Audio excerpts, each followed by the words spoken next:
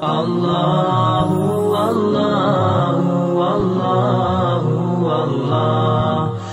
ایک بزرگ نے کہا حاسد اور غیبت کرنے والے کی خود سزا دنیا میں اللہ نے رکھی۔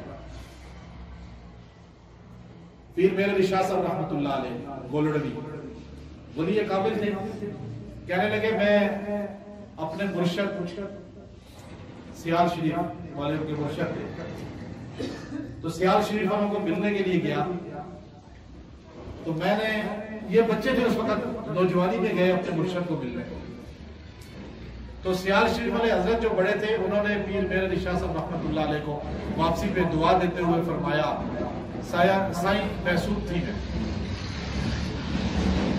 وہ حیران ہوئے کیسی دعا دے رہے ہیں حضرت پیر مرشد صاحب،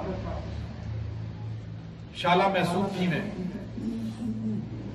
کہ تیرے حاسد زیادہ ہوں، پیر میر علی جا تیرے حاسد۔ کون دعا دے رہا ہے؟ مرشد۔ کوئی مرشد اپنے مرید کو ہی دعا دیتا ہے؟ میں نے جنید جمشید صاحب جب یہاں تقریر کر رہے تھے، نعتیں پڑھ رہے تھے، تو یہاں میں نے یہ واقعہ ان کو سنایا تھا۔ بڑے عرصے تھے، اللہ ان کو جنت میں اعلیٰ مقام دے۔ آمین۔ ان کے بھی حاسد زیادہ تھے، کیونکہ جو جتنا دین کا کام کرتا ہے اس کے حاسد زیادہ ہوتے ہیں۔ پیر میرے علی شاہ صاحب فرمانے لگے حضرت یہ آپ کیسی دعا دے رہے ہیں کہ میرے حاسد زیادہ ہوں؟ آپ کہیں تیرے دوست زیادہ ہوں، تیرے چاہنے والے زیادہ ہوں، تیرے محبت والے زیادہ ہوں، لیکن آپ مرشد اپنے مرید کو دعا دیتے ہو کہہ رہے تیرے حاسد زیادہ ہوں۔ تو حضرت نے فرمایا کہ پیر میر علی میں نے دعا اس لیے دی ہے کہ تو جتنا زیادہ دین کا کام کرے گا اتنے ہی تیرے حاسد زیادہ ہوں۔ تو کام نہ کر، تیرا کوئی حاسد نہیں، تیری کوئی غیبت نہیں۔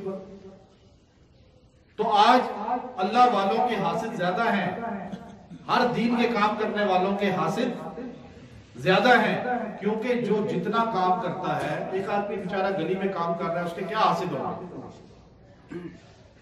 جتنا بڑھے گا۔ تو یاد رکھیں غیبت ہمیشہ انسان کو بیماریوں کا شکار کرتی ہے۔ میرے پاس لوگ آتے ہیں، مجھے اکثر پتہ یہی چلتا ہے کہ یہ غیبت اور حسد آج بیماریوں کی جڑ ہے۔ آپ چاہتے ہیں تندرست رہیں، نہ غیبت کریں نہ سنیں۔ میں آپ کو 1 مہینے کا فارمولہ دے رہا ہوں، آپ 1 مہینہ اپنے گھر سے اپنے جسم سے غیبت کو نکال دیں، سننا بھی اور کہنا بھی۔